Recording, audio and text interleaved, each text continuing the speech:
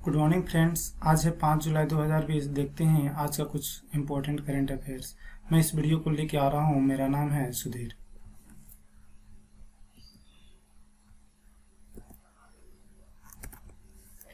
राष्ट्रपति ने धम्म चक्र दिवस 2020 समारोह का उद्घाटन किया।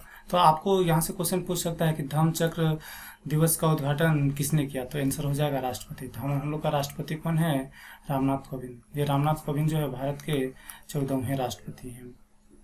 तो ये यहाँ देखिए ध्यान से, हर साल जुलाई के महीने में पहली पूर्णिमा के दिन को धम्म चक्र दिवस के रूप में मनाया जाता है। यानी कि जुलाई का जो पहला पूर्णिमा आता है उसको धम्म चक्र के रूप में मनाया जाता है। अब ये दिन जो है बौद्ध धर्म में दूसरा सबसे पवित्र दिन माना जाता है। सबसे पहला जो पवित्र दिन माना जाता है बौद्ध धर्म में वो है बुद्ध पूर्णिमा।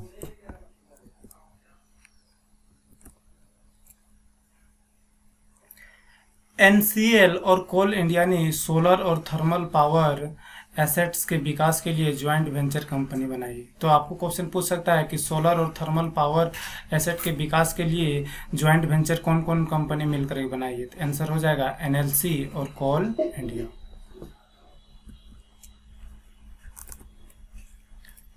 वित्त वर्ष 2020-21 की पहली तिमाही में उर्वरों की रिकॉर्ड बिक्री दर्ज की गई। हालांकि कोविड-19 के कारण लॉकडाउन रहा, इसके बावजूद भी 1 अप्रैल 2020 से 30 जून 2020 के बीच 111.61 लाख मीट्रिक टन उर्वरक को पूरे देश में किसानों के बीच में बेचा गया।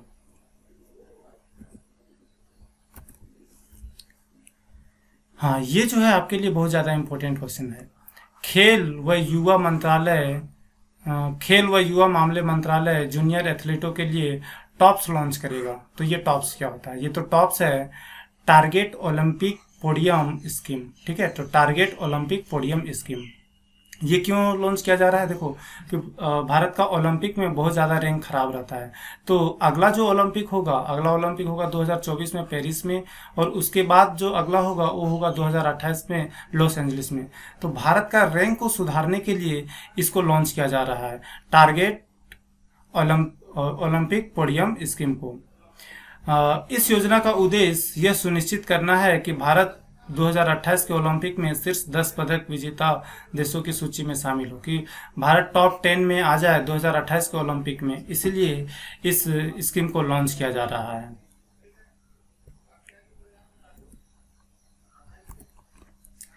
मंगलयान ने मंगल ग्रह के सबसे बड़े प्राकृतिक उपग्रह फोबस के चित्र लिए। तो देखो मंगल ग्रह के 2 उपग्रह हैं, एक है फोबस, दूसरा है डिमोस। तो फोबस जो है डिमोस से 7 गुना बड़ा है, और इस फोबस का चित्र लिया गया है अभी मंगलयान मिशन के द्वारा। तो देखो कि भारतीय अंतरिक्ष अनुसंधान संगठन के मंगलयान मिशन का ही नाम है मार्स ऑर्बिटर मिशन ने फोबस ग्रह का सबसे बड़ा चंद्रमा या प्राकृतिक उपग्रह का चित्र लिए। तो ये क्वेश्चन पूछ सकता है कि कि अभी हाल फिलहाल में फोबस का चित्र लिया गया है, तो फोबस का चित्र किसके द्वारा लिया गया है? तो ये हम लोग आंसर देंगे मंगलयान मिशन के मंगल ग्रह के द्वारा।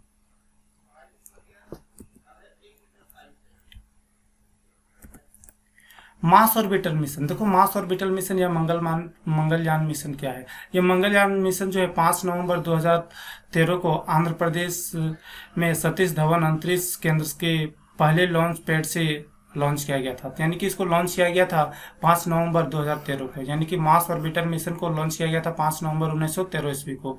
किस रॉकेट के द्वारा लॉन्च किया गया था? तो रॉकेट का नाम है PSLV C-25, और ये पहले ही प्रयास में सफलतापूर्वक प्रवेश कर गया था मंगलयान में।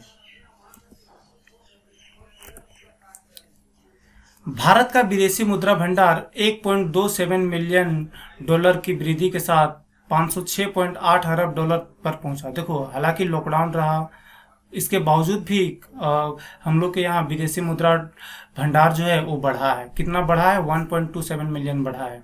और भारत में विदेशी मुद्रा का भंडार देखा जाए तो विदेशी मुद्रा का भंडार 5वें नंबर पर सबसे ज्यादा है। और सबसे ज्यादा अगर बात किया जाए कि विदेशी मुद्रा का भंडार कहाँ है, किसके पास है, तो है चाइना के पास। इसरो के मार्स ऑर्बिटर मिशन ने मंगल के चंद्रमा फोबस के चित्र लिए। ये तो अभी हम लोग थोड़ी देर पहले देखे थे कि ऑर्बिटर मिशन के द्वारा फोबस के चित्र लिया गया था। ये एक इम्पोर्टेंट करंट अफेयर है कि नागालैंड सरकार ने कुत्ते के मांस की बिक्री और कुत्ते के वाणिज्यिक आयात और व्यापार पर प्रतिबंध लगा रखा है। तो कुत्ते के मांस की बिक्री के लिए कुत्ते के मांस की बिक्री में कौन सा राज्य जो है उसको बैन करके रखा है? तो आंसर हो जाएगा नागालैंड। ये एक और हम लोग के पास बहुत ही ज्यादा इम्पोर्टेंट करंट अफेयर है कि ऑबिचुअरी में आता है ये सेक्शन कि कोरियोग्राफर सरोज खान का निधन हो गया। तो पूछेगा कि सरोज खान किससे रिलेटेड है? तो सरोज खान रिलेटेड है बॉलीवुड से। इंटेल कैपिटल मुकेश अंबानी के जियो प्लेटफॉर्म में 1894.50 करोड़ रुपए में 0.39% हिस्सेदारी खरीदेगा। यानी कि जियो का हिस्सेदारी कौन सा कंपनी खरीद रहा है? Intel capital.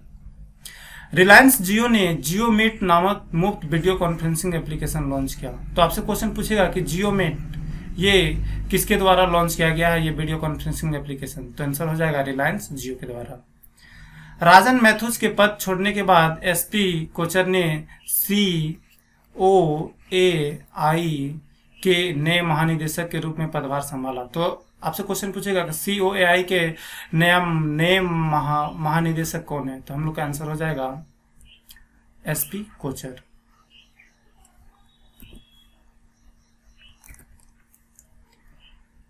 हाँ, ये भी एक आपके लिए बहुत ही ज्यादा इंपॉर्टेंट करंट अफेयर है कि जीन कैस्टेक्स को फ्रांस का नया प्रधानमंत्री नियुक्त किया गया है। तो क्वेश्चन बनेगा कि फ्रांस का नया प्रधानमंत्री किसे नियुक्त किया गया है? तो आंसर हो जाएगा जीन कैस्टेक्स। जर्मनी 2038 तक कोयला आधारित बिजली संयंत्रों को बंद करेगा। तो यहां से क्वेश्चन बनेगा कि जर्मनी जो है कोयला आधारित बिजली संयंत्रों को कब तक बंद करेगा? तो आंसर हो जाएगा 2038 तक।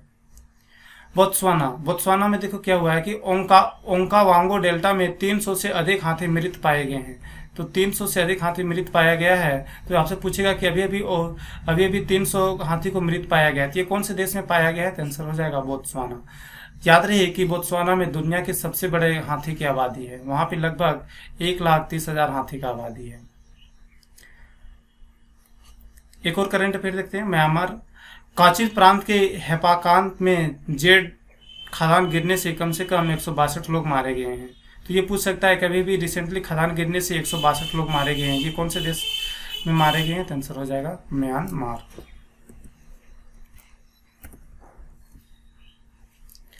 किस केंद्रीय मंत्रालय द्वारा प्रधानमंत्री गरीब कल्याण अन्न योजना को लागू किया जा रहा है? तो देखो अभी एक प्रधानमंत्री गरीब कल्याण योजना को बढ़ा करके नवंबर तक किया गया है। तो ये इसको कौन लागू करेगा?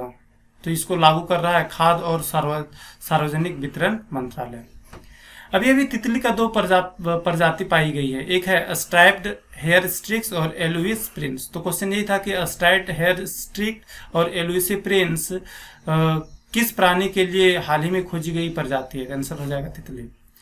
किस देश ने संवैधानिक संशोधन के लिए मतदान किया जिसके द्वारा उसके राष्ट्रपति 2036 तक सत्ता में बने रह सकेंगे? तो ये आपके लिए इंपॉर्टेंट क्वेश्चन है, ये आपका VVI क्वेश्चन है, ठीक है। तो ये इसका सही आंसर है रूस।